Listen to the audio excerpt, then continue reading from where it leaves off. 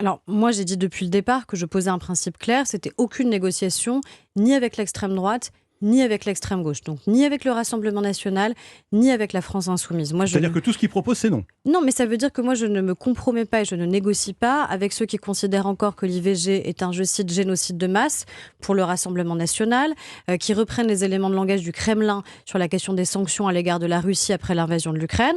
Ça, c'est pour le Rassemblement national. Ou qui, côté insoumis, préfèrent frayer avec Jérémy Corbyn, qui a été exclu pour antisémitisme, ou poser une résolution indigne sur l'État d'Israël, en parlant des Juifs israéliens, comme je cite, d'un groupe racial. Vous voyez bien qu'on ne peut pas négocier quand on a des valeurs aussi éloignées de celles que nous portons. Donc le seul partenaire présentable, c'est LR avec lequel vous êtes en cogestion, comme disent certains. C'est les LR, c'est le Parti socialiste, c'est peut-être demain aussi les écologistes, et c'est à mon avis comme ça qu'il faut travailler. Ce qui est certain, c'est qu'il y a une attitude aussi dans l'hémicycle, et que malheureusement, cette attitude systématiquement vindicative, d'obstruction, d'invective, d'une attitude aussi qui n'est pas digne de nos débats et de notre institution de la part de LFI, je crois qu'elle sert aussi considérablement le Rassemblement national, parce que de l'autre côté, il suffit qu'ils présentent bien, comme aurait dit ma grand-mère, qui eux mettent une cravate pour apparaître comme des gens raisonnables. Ils ne le sont pas devenus parce qu'ils portent un costume.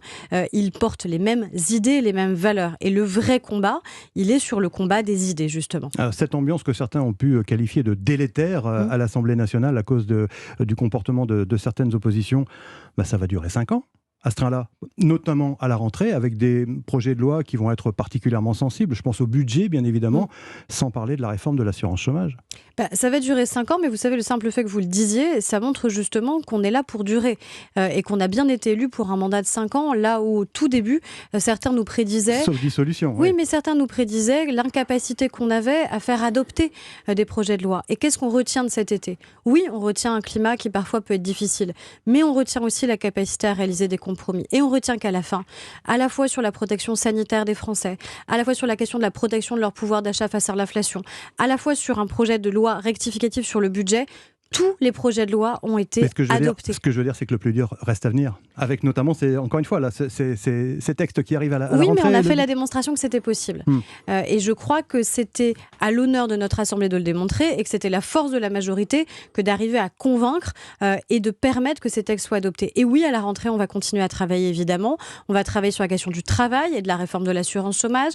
On va travailler sur les enjeux énergétiques, et notamment la question des énergies renouvelables. On va travailler sur les questions de sécurité, c'est-à-dire les sujets qui intéressent le quotidien des Français.